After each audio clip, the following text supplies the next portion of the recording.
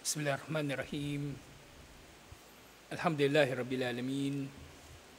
Assalatu wassalamu ala asyrafil anbiya'i wal mursalin.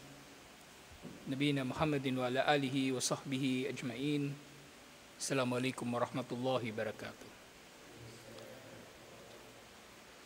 So inshallah ar-rusul wa risalat. Sa sumunod na bahagi. Syuyu'u hadihil bisyarat qabla al-ba'tha. Nang lahat ng mga tinalakay natin na ito ng mga bisyara o propesiya ng pagdating ni Propeta Muhammad sallallahu alaihi wasallam, ito ay kilala ng mga tao. Bago pa man naging propeta si Propeta Muhammad sallallahu alaihi wasallam. Kahit yung mga Quraysh ay nakaharap nila o naka-experience sila na mababanggit ito sa kanila. At lalong-lalo ng Ansar sa Madinah, madalas itong nababanggit ng mga Hudyo sa kanila. Sinasabi, "Laqad kanat hadhihi al-bisharat muntashira qabla al-ba'tha an-nabawiyya." Naganap na ang mga propesiya na ito bago pa man ang pagiging propeta ni Propeta Muhammad sallallahu alaihi wasallam. Falam yakun ahlul kitab yaktumunaha fi dhalikal waqt. At sa mga panahon na yon ay hindi ito kinikubli o inililihim ng ahlul kitab, ng mga Hudyo at ng mga Kristiyano, bagkus ito ay kanilang ipinalalaganap. Kasi hinahangad din ng mga Hudyo, lalong-lalo na ang huling propeta na ito ay darating mula sa angkan nila. Kaya nga nung dumating si Propeta Muhammad sallallahu alaihi wasallam, itinakwil nila si Propeta Muhammad sallallahu alaihi wasallam bagdan wa hasadan dahil sa kanilang pagkamuhi at inggit na ang propeta ay dumating sa iba pa liban pa sa kanila. Balkanu yudiunaha, at sila nga ay nagpapahayag dito. Hindi nila ito inililihim. Ipinangangaral nila ito. Katulad doon sa monghe na nakaharap ni Zaid bin Amr bin Nufail, at gayon din nung bata pa si Propeta Muhammad sallallahu alaihi wasallam nang nagpunta sila ng Syria. So pinangaralan sila ng mga monghe doon tungkol sa pagdating ng huling propeta, at yung si Buhaira o si Bahira, nakilala pa niya si Propeta Muhammad sallallahu alaihi wasallam na siya ang huling propeta. Wa yaz'amuna annahum sayutabi'una sahibuha indama yab'ath. At ang mga Hudyo at ang mga Kristiyano noon ay nag-aangkin na kapag ipinadala na ang propeta na ito, ay susundin nila ang propeta na ito. Di ba yung mga Hudyo, pinangbabanta nila sa mga Arabo na kapag dumating na raw ang propeta na hinihintay nila, papatayin nila ang lahat ng mga Arabo sa pamumuno ng propeta na ito. So kahit sa pananampalataya o sa paniniwala sa propeta, masama ang layunin ng mga Hudyo. Puro pang mundo. Paghahari sa mundo ang kanilang inahangad kahit sa paghihintay sa propeta. Wa naqalalana al-ansar min ahli al-madinati ahadithul yahud qabla al-ba'tha an hadhihi al-bisharat. At ang mga ansar, lalong-lalo na ang mga nag-Muslim na taga-Madina, iniulat nilang ilang mga hadith tungkol sa mga Hudyo sa kanilang mga sinasabi ng mga propesiya bago pa man dumating si Propeta Muhammad sallallahu alaihi wasallam. Wa qad ta'rifu ba'da ahli al-kitabi ala Rasulillahi sallallahu alaihi wasallam fi sigarihi. At meron daw ilan sa mga Hudyo, nakikilala na nila si Propeta Muhammad sallallahu alaihi wasallam kahit pa noong bata pa si Propeta Muhammad sallallahu alaihi wasallam. Ibig sabihin, nakita na nila ang tanda ng pagkapropeta kay Propeta Muhammad sallallahu alaihi wasallam, at syempre kasama na rito na tinutukoy si Buhaira doon sa Syria. Wantafa'a ba'da ahli al-kitab bihadhihi al-bisharat wa amanu. At nakinabang nga ang ilan sa mga ahlul kitab mula sa kaalaman na ito At nang nakilala nila si Propeta Muhammad sallallahu alaihi wasallam, ay naniwala sila kay Propeta Muhammad sallallahu alaihi wasallam. Halimbawa si Waraka bin Naufal, na isang Kristiyano, naniwala kay Propeta Muhammad sallallahu alaihi wasallam. Si Abdullah bin Salam na dating Hudyo, si Ka'ab bin Malik na dating Hudyo, sila ay naniwala kay Propeta Muhammad sallallahu alaihi wasallam. So kabilang sa mga anyo nito, sifatu Rasulina sallallahu alaihi wasallam fit Taurat. So inilarawan daw si Propeta Muhammad sallallahu alaihi wasallam sa Torah ayon mismo sa pagpapahayag, ayon mismo sa pangangaral ng mga Hudyo. At ang mga ulat na ito, kumpara doon sa mga nakaraang tinalakay natin na mula sa Biblia o sa Torah o sa Gospel of Barnabas at iba pang kasulatan ng iba pang mga relihiyon, narito na ang mga ulat mula sa mga hadith tungkol sa sinasabi ng mga Hudyo o ng mga Kristiyano tungkol kay Propeta Muhammad sallallahu alaihi wasallam. Sa iniulat ni Imam al-Bukhari mula kay Ata bin Yasar, qala lakitu Abdullah bin Amr bin al-As. Nakaharap daw niya si Abdullah bin Amr bin al-As at sinabi niya rito, Akhbirni an sifati Rasulillah sallallahu alaihi wasallam fit Taurat. So humiling siya na ilarawan sa kanya ang pagkakalarawan kay Propeta Muhammad sallallahu alaihi wasallam doon sa Torah. At sinabi nga ni Abdullah bin Amr bin al-As, ajal, sige, sabi niya, wallahi, innahu la mausufun fit Taurati bi ba'di sifatihi fil Quran. Tunay na nababanggit si Propeta Muhammad sallallahu alaihi wasallam, inilalarawan siya sa Quran, katulad ng kung paano siyang inilarawan ni Allah, o inilarawan si Propeta Muhammad sallallahu alaihi wasallam sa Torah, katulad ng kung paano siyang inilarawan sa Quran. Bawa dito, yung isang aya, Ya ayyuhan nabi, inna arsalnaka syahidan wa mubashshiraw wa nadhira. O propeta, tunay na ipinadala ka namin bilang saksi, bilang tagapagbigay ng magandang balita at bilang tagapagbabala. Nababanggit ito sa Suratul Ahzab, verse 45. At ngayon din, si Propeta Muhammad sallallahu alaihi wasallam inilarawan bilang hirzan lil aminin o bilang hirzan lil ummiyin. Anta abdi wa rasuli, sammaytuka al-mutawakkil, laysa bifaddin wala galidin wala sakabin fil aswaq. So ito yung mga talata doon sa, talakay na natin ito nung nakaraan. Kalimutan, hindi na nabanggit dito kung saan itong talata ng Biblia, no, talata ng Torah. Na nga inilarawan si Propeta Muhammad sallallahu alaihi wasallam na siya nga ay gabay para sa mga ummiyin, para sa mga hindi marunong bumasa at sumulat. At sinabi ni Allah sa kanya, ikaw ay aking alipin o lingkod at ikaw ay aking sugo. At ganito nga natin kinikilala si Propeta Muhammad sallallahu alaihi wasallam kahit sa shahada. Sinasabi natin, ashhadu anna Muhammadan abduhu wa rasuluh. Sinabi rin, sammaytuka al-mutawakkil, pinangalanan kita, sabi ni Allah, pinangalanan kita Muhammad bilang al-mutawakkil, ang nananalig kay Allah. At isang katangian talaga ito ni Propeta Muhammad sallallahu alaihi wasallam, laysa bifaddin wala galidin, na ikaw ay hindi magaspang o bastos o walang pakundangan. At ito nga yung inilarawan din sa Quran, wa in kunta faddan galidal qalb lan faddu min hawlik. Sinabi ni Allah na kung ikaw ay magiging masama ang ugali o matigas ang ugali, matigas ang puso, lalayo ang mga tao sa iyo.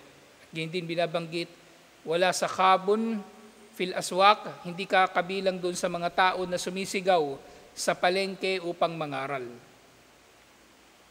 At hindi nga ganito si Propeta Muhammad sallallahu alaihi wasallam, alhamdulillah, na Hindi kabilang si Propeta Muhammad sallallahu alaihi wasallam doon sa mga sumisigaw sa palengke, sa pangangaral.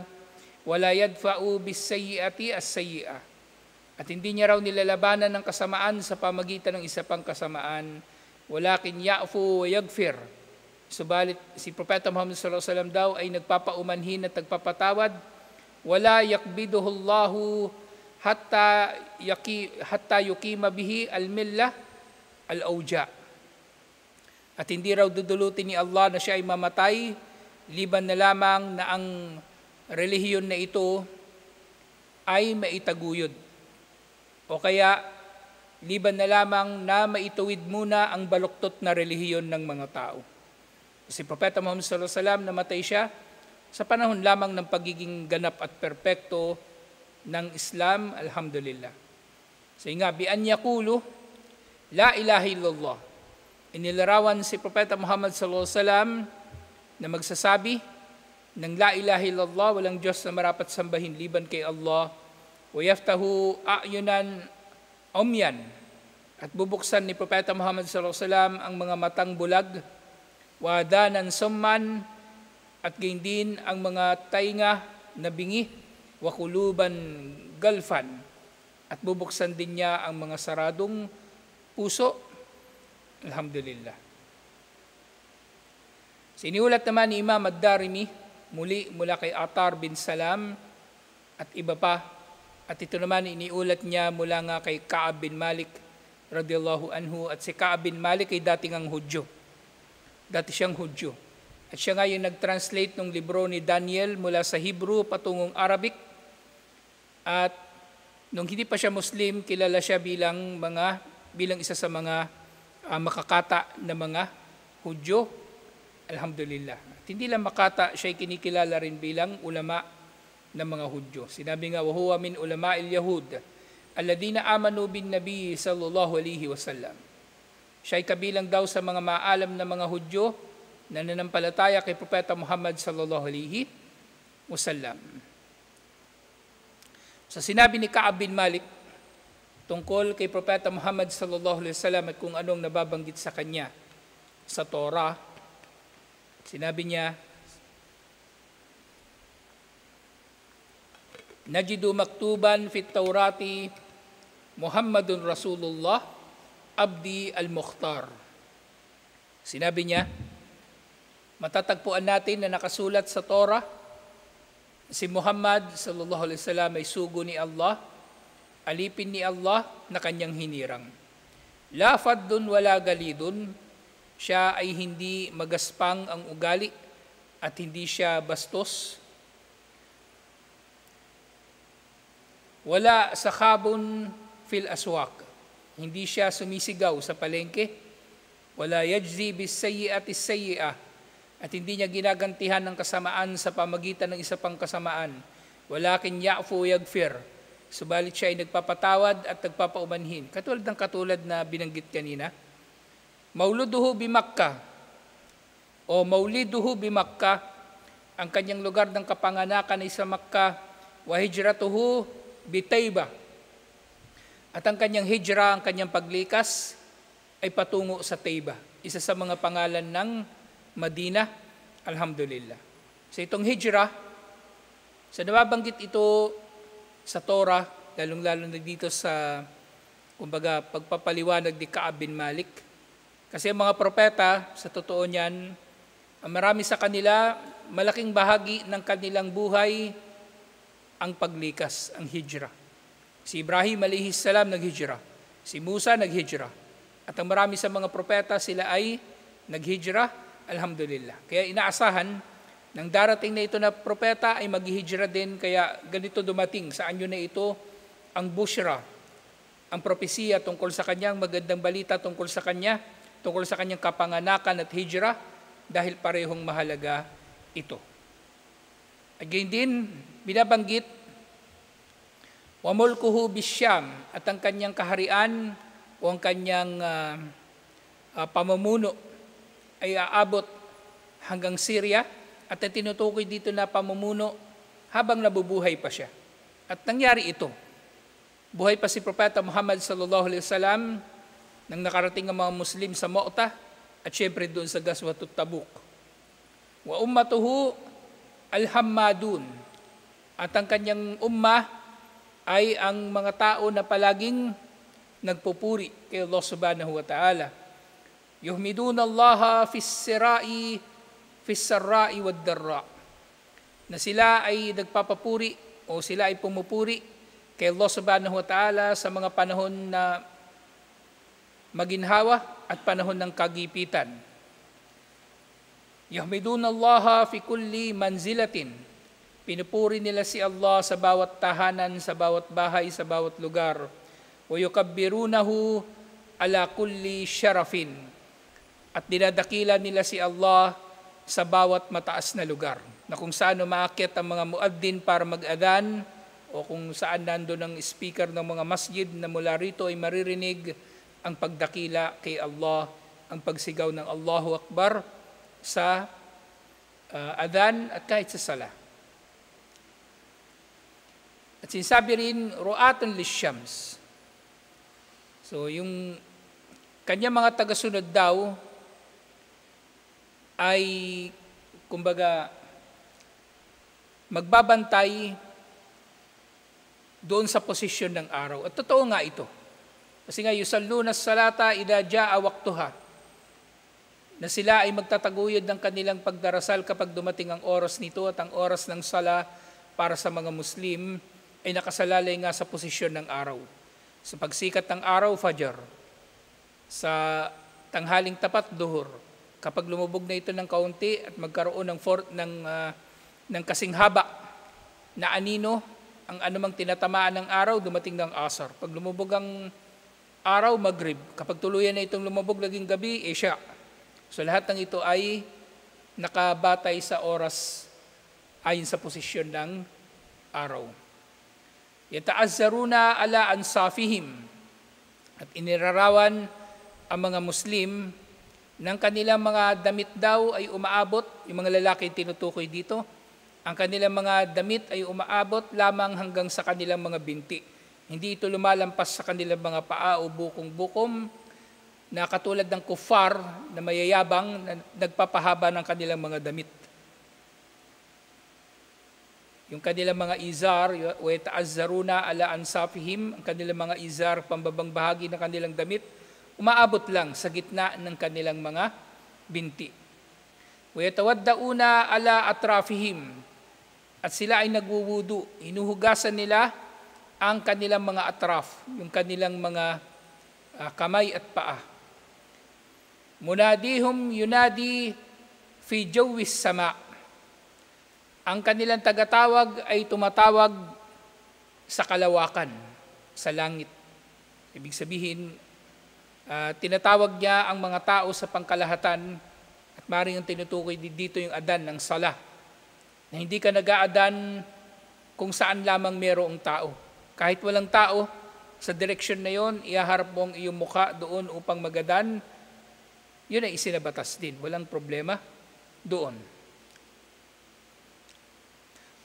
Saffuhum fil kital, wasaffuhum fis salati sawaun. Ang kanilang linya sa digmaan at ang kanilang linya sa sala ay pareho lang. Ibig sabihin kung paano nakapila ang mga sundalo sa digmaan, ganun din sila nakapila, sa ganung paraan din sila nakapila para sa kanilang sala. Lahum bil layli dawiyun kadawin nahal. At sa gabi daw, yung mga Muslim, sila ay gumagawa ng mga gawaing pagsamba. Tinutukoy dito pagbasa ng Quran at tahajjud, na maririnig mula sa kanila ang tunog ng ugong na katulad ng ugong ng mga bubuyog. Dahil sila ay abala sa pagsamba kay Allah, hindi sa panunod ng kung ano-ano, kaya sa paglalaro at iba pang walang katuturan.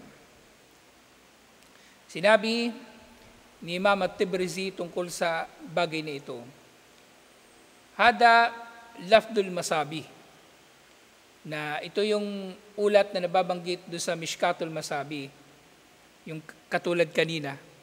Liban na lamang na mayroong mga naidagdag dito si Ka'ab bin Malik.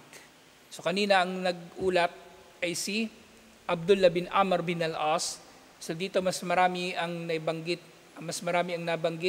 ni Ka'ab bin Malik na siya mismo ay isang Hudyo, alhamdulillah. Ito nga iniulat ni Ad-Darimi, so nababanggit din sa mga komento, maatagirin niya sirin na meron itong mga ilang mga karagdagan. So ngayon, ay nahadihil bisharat fit Taurat. So saan ba eksakto raw matatagpuan ang mga propesiya na ito sa Torah? Ulitin natin, ang mga binabanggit na ito ng mga scholar ay mga bakas lang at hindi nakasalalay ang ating relihiyon sa Torah o sa Injil o ano pa mang anyo ng mga ito sa kasalukuyang panahon. Sapat na ang Quran at Sunnah upang paniwalaan si Propeta Muhammad sallallahu alaihi wasallam.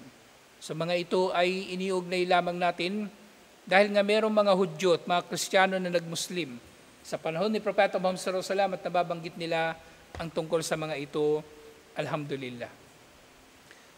Pero ito ang katotohanan dito. Sa panahon natin ngayon, wahadil bisharat laysat mawjudatin fi at-Taurati al-muntashir al-yawm bayna al-Yahudi wan Nasara.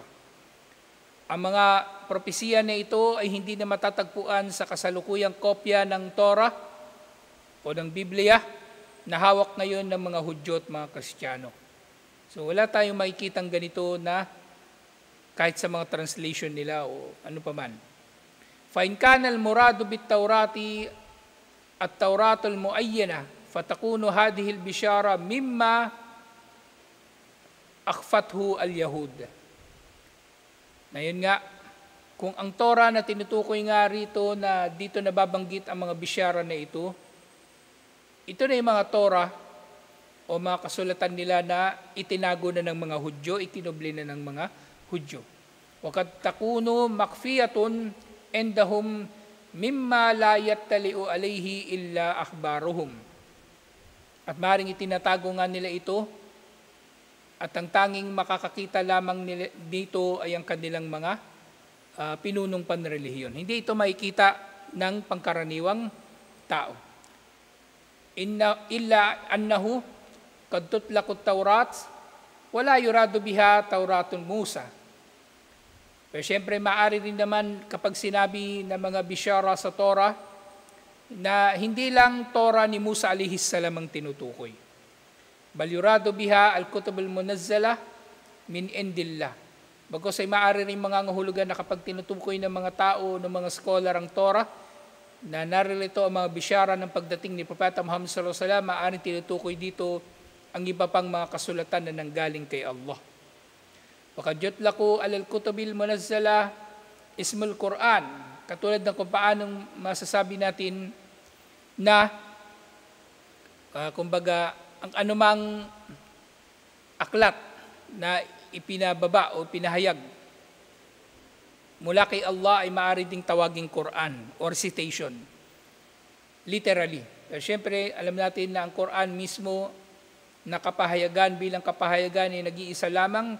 Ito yung ipinahayag kay Propeta Muhammad sallallahu alaihi wasallam. So tulad ng naiulat sa isang hadith,